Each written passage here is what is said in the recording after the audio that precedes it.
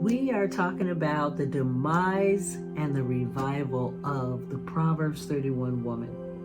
I mean, what happened to her? This is who we all wanted to be at one time. Well, at least if you're my age or a little younger. I mean, who the church taught us, who our parents taught us to be. This was what I wanted so bad, was to one day be that Proverbs 31 woman. I taught my daughters to be a Proverbs 31 woman. So now my question is, what happened to her? She used to stand in grace. She was clothed in strength. Her children, her husband, they called her blessed. But somewhere down the line, the world, the society, has rewrote her story. Now there's women that don't even remember her name, or they think the bar is too high and they can't be her, or some even think that she's outdated and they don't want to be her. I'm Yolanda Dion. Welcome back to Rooted Expressions. And if this is your first time, please don't forget to like and subscribe so that you get all 5 episodes or anything else that I've written. Okay? Let's get started with episode 1. Here we go. In my life, you have been so. So let's start with what happened to the Proverbs 31 woman. The Proverbs 31 woman wasn't just a homemaker. She was a visionary. She bought land, ran her household, and raised children with truth. But her strength wasn't just in what she did.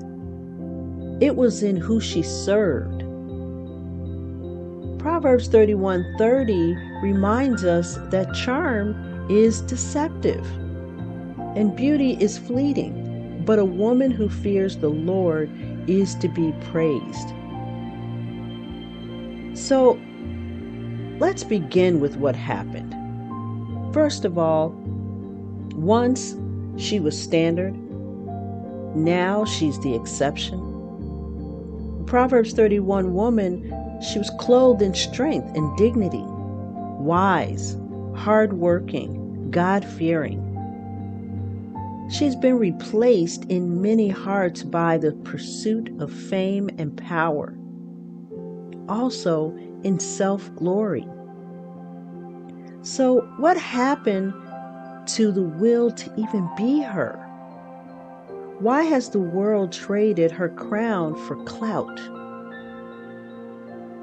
Let's get started with the fact that, number 1, the Proverbs 31 woman was God's design. In His Word, He tells us that Proverbs 31:10 through 31 says, "Who can find a virtuous woman? Her price is far above rubies. She is praised for her wisdom, work ethic, kindness, and fear of the Lord. Not for her followers, her brand, or her hustle." Another one is Proverbs 31:30. Says, "Charm is deceitful." It's deceptive. "And beauty is fleeting, but a woman who fears the Lord is to be praised." So that was God's design. This woman is not weak. She's powerful in a way that the world can't even measure. She builds her home, uplifts her husband, and blesses her community. So now we're going to go into what happened, because there was a shift from virtue to vanity.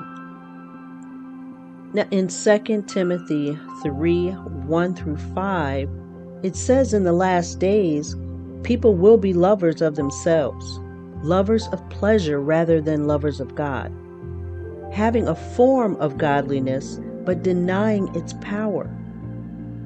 This prophecy speaks directly to the cultural shift that we're witnessing now. The desire to be seen, admired, and envied has replaced the desire to be faithful, wise, and fruitful. And again, in Isaiah 5:20, it says, "Woe to those who call evil good and good evil." See, the world now celebrates rebellion over reverence, independence over interdependence, and self-promotion over self-sacrifice. And then next we have the rise of the boss lady. So don't get me wrong, there's nothing wrong with ambition or leadership. But when it's rooted in pride and not purpose, it becomes idolatry. The modern boss archetype often glorifies self over service, hustle over holiness, and independence over God's design for unity and order. The scripture Jeremiah 9:23 through 24 says, "Let not the wise boast of their wisdom, or the strong boast of their strength. But let the one who boasts boast about this, that they have the understanding to know me." That's what we should be boasting on. Okay? This is why now there's a call to return to this woman. We're trying to revive the Proverbs 31 woman, which was what God had designed in the first place.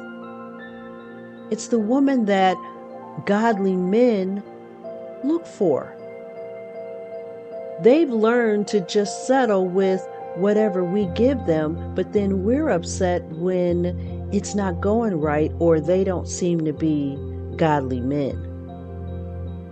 But we are the women that would raise up these women and men to be godly people. So I'm calling us to do what God says. And God is not looking for perfection. He's looking for surrender. You see, the Proverbs 31 woman isn't outdated. She's eternal. Her strength comes from the Lord. Her value is in her character. And her legacy is built on faith, not fame. Romans 12:2 says, "Do not conform to the patterns of this world, but be transformed by the renewing of your mind." That's what we're doing today. We're calling for my spiritual sisters to renew your mind. Go back to where you want to be that Proverbs 31 woman. So ladies, it's time. It's time to return to the standard, not the world's version of success, but God's vision of womanhood. The Proverbs 31 woman isn't gone. She's just waiting for a generation to rise up and wear her mantle again. It's time to revive your crown. Be that woman. Search to find out more about that woman. Revive your crown. All you're doing is renewing your mind and being as God wanted us to be.